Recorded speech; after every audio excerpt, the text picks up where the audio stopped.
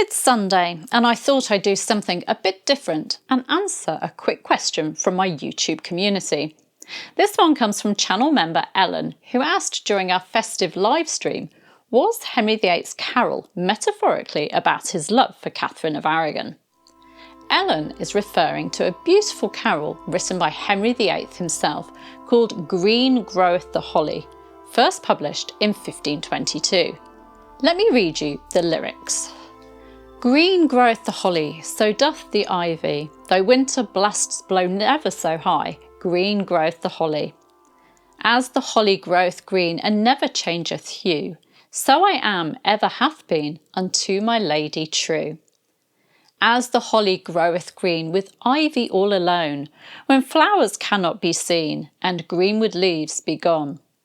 Now unto my lady, promise to her I make, from all other only, to her I me betake.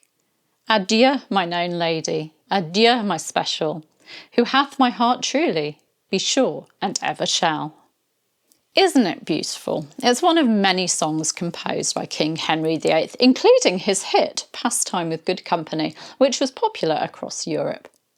Holly and ivy are familiar plants in the British landscape, and of course today are linked to Christmas. And they would have been the sorts of plants that Tudor people would have decorated their homes with during the 12 days of Christmas.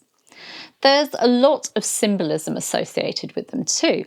Holly is traditionally associated with protection and good fortune, while ivy symbolises fidelity and undying love. They also have religious significance, with the holly representing Christ, his crown of thorns and the berries his blood, and the ivy representing his mother, the Virgin Mary. But back to Groweth the Holly, which is definitely more of a love song.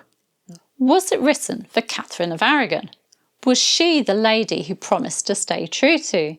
The lady who has his whole heart? Well, that's where things get tricky. It was published in 1522, when Henry was still married to Catherine. But by then, their relationship was probably a bit strained. Her last pregnancy had ended in tragedy in 1518, and the king was probably feeling disillusioned. But it's possible the song was written earlier, back when Henry was madly in love with Catherine, playing the chivalrous knight in shining armour. After all, he did once dress up as Robin Hood to surprise her. But could it have been written for someone else, a mistress? Or was it simply a song inspired by the courtly love tradition, with no real woman in mind? It's hard to say. Personally, I'd like to think it was about Catherine, written when Henry was still that romantic young king. But with Henry VIII, anything is possible. He was complex and unpredictable. So what do you think? Was this carol a love song for his queen, or was it just a poetic exercise? Do let me know your thoughts in the comments. I'd love to hear what you think.